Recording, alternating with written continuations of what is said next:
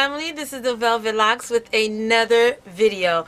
Now this video is going to be actually a tutorial video, and what I'm going to be doing today is attaching an extension on my locks. Okay, now these are some of the ways that I recreate my locks whenever I am making little baby locks in between my locks. When I combine my locks, usually after combining them and they attach themselves onto the other lock and they're solid, I usually like to cut off one of the heads. Okay, we call those two-headed dragons. So usually when I combine a lock and it really gets strong and thick at the root, I like to use that extra head, that extra lock that's attached. I like to recreate that as an extension. So if I don't actually make my extensions, which I do sometimes, I'll make my own lock extensions. But when I don't feel like doing that, I'll use an extension, a piece that I cut off from another lock, such as these. Okay, these are some of the some of the locks that I took off after combining and then cutting them off. Now I have quite a few up here throughout my locks that I am about to attach. Okay, this is one. Right now I have 3 of them, and then there's one somewhere up here, well, one here that I want to attach. I also want to attach the ones that I created in the front. All right, so I'm going to show you how I attach my locks. The easiest form for me is a needle and thread. Okay, needle and thread method. All right, so if you're not sure how to attach it, I have a video up which is probably due for an update, so this will be the update video of me showing you how I attach my locks.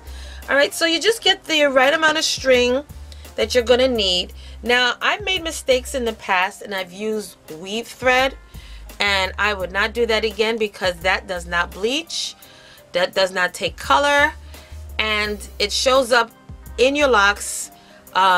You know, you can see the threading because the black just stays black. All right, so I'm going to thread this and then come back to you after when I'm ready. Okay, see you soon. Okay, so I have my needle thread. Okay, nicely threaded. Now, okay, let's see which lock I'm going to start with. Now, being that this is in the back, I'm going to try to attach the longest lock pieces that I have, and I'm going to attach those to the back, so this way it's not so short. Okay, so most likely I'll attach this longest one on to that piece. Okay. All right. Now, the way I do it, I'm going to pull you in a little closer. Okay, so what I do now, all right, now this is actually not really a great lock to do because it is still curly and unsealed at the end. Although this part is locking, I can still use that. So that's exactly what I'm going to do because this is actually the longest lock and I do want it to go well. Now, there's several ways that you can actually attach the lock onto each other. But what I'm going to do is I'm going to start and just put it side by side.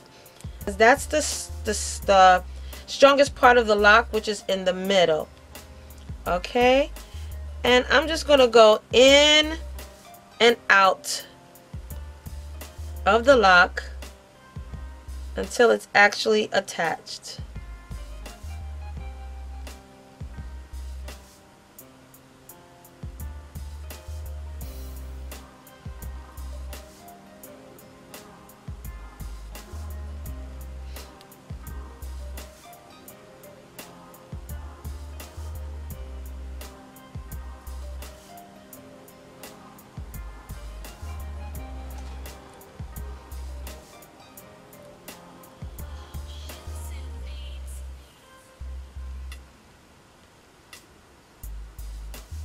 And you just keep going back and forth, in and out of the lock, through one lock and back out the other side of the lock, or should I say of the other lock in the back. So this way you're actually going through each lock and you're kind of like pulling them towards each other as you pull the string. you're attaching that lock to each other.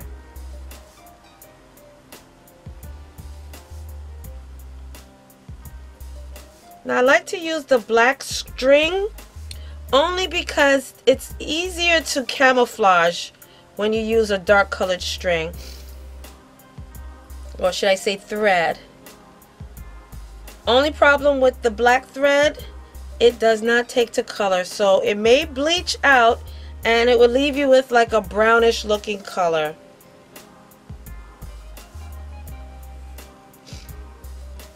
But preferably it's best that you use regular sewing thread and not weave thread, because that is so thick, unless you got really thick locks, and I don't, so this is perfect for me.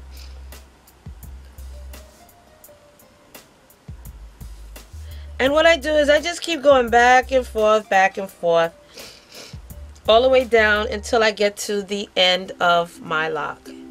Okay, and I just have this little piece left to go.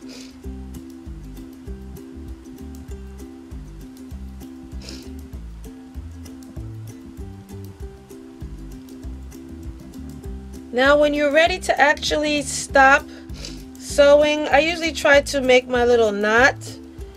Okay, I'll just take my thread, wrap it around a couple of times, just like you would make a knot in a stitch when you're stitching a fabric or so. When you want to finish that finish that stitch, usually you put your little knots in there, and that's the same way I do it when I am combining my locks. So any loose pieces of thread that's still hanging around, you can trim those off. And being that I have that little piece of hair still sticking out, I usually just like to wrap it. Okay, wrap it around that lock.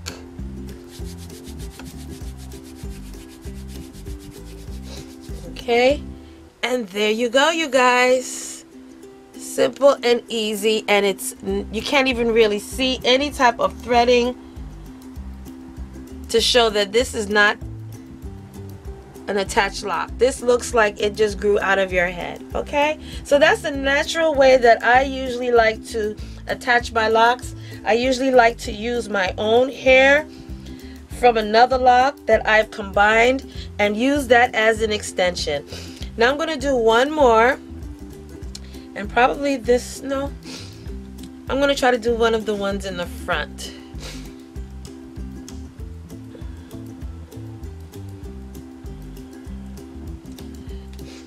Now I'm going to use one of these locks in the front. Okay, this is a shorter one.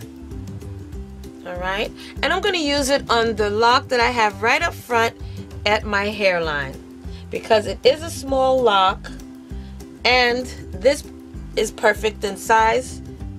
Okay, and also it's a lightweight lock, which means that you don't really want to put anything heavy on that right there. Alright, now I'm going to do the same thing I did before. I put it right next to each other, side by side. Okay, and then I just push my thread from one lock through the end to the other side, through the other lock, and then back in and out again.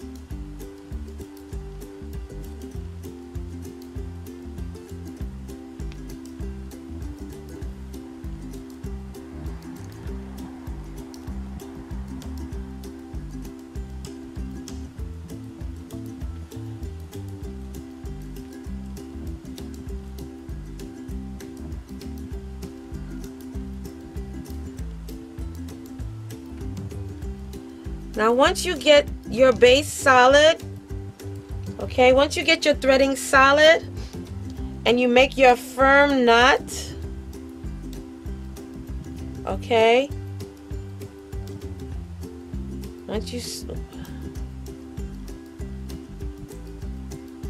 you create a nice sturdy sealed knot, then you continue going in and out all the way down through one lock and out the other, attaching them tightly together. So now that's exactly what I'm doing. In and out.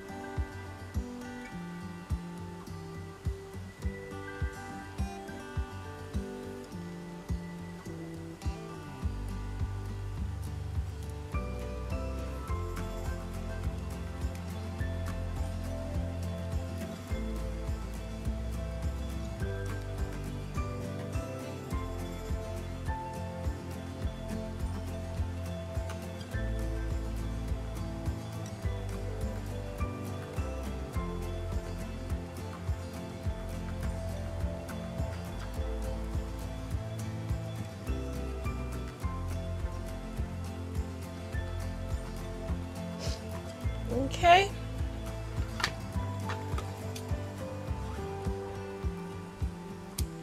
You clip off all your loose strings, all your loose threading.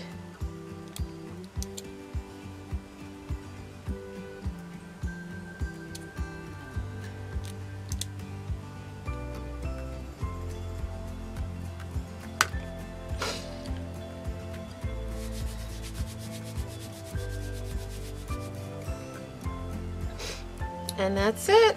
That's how it looks, you guys. And that's how I attach my locks onto my hair.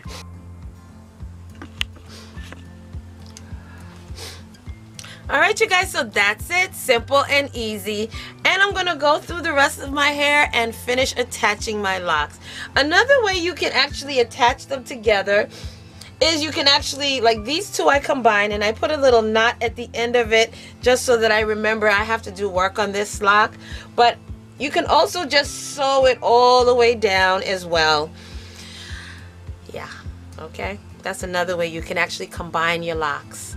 Well, alright, so this is actually a lock extension tutorial of how to attach or even reattach your locks back on if you've already cut them off and you want to reattach them. That is one easy way for you to reattach your locks, and that's simply by stitching them together. Okay, well, hopefully this tutorial was very easy for those of you who are possibly thinking of putting extensions on your baby locks. Well, these are easy ways to do it, and I'm glad it's using my own hair because of the weight of my hair. It matches the baby lock and it would not be too heavy. So keep that in mind when you're putting extensions onto your hair. Make sure that it is you know, within a good amount of sizing, but not too big for that lock and the parting ratio, because then you are actually wearing your lock out, and you actually can pull the lock out if you're not careful. And if you don't, you know, if you put a heavy lock on, it can pull out your lock. So keep that in mind, you guys, okay? So I'm gonna finish doing my hair and I will see you in another video.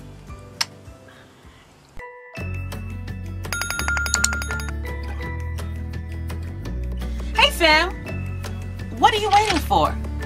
Hit that subscribe button down below. Hit that notification bell right next to it. So this way you will know when I'm uploading another video. So don't forget, hit the subscribe button, give me those likes, thumbs up, and hit that notification bell so you will not miss another one of these type of videos. So let's get started.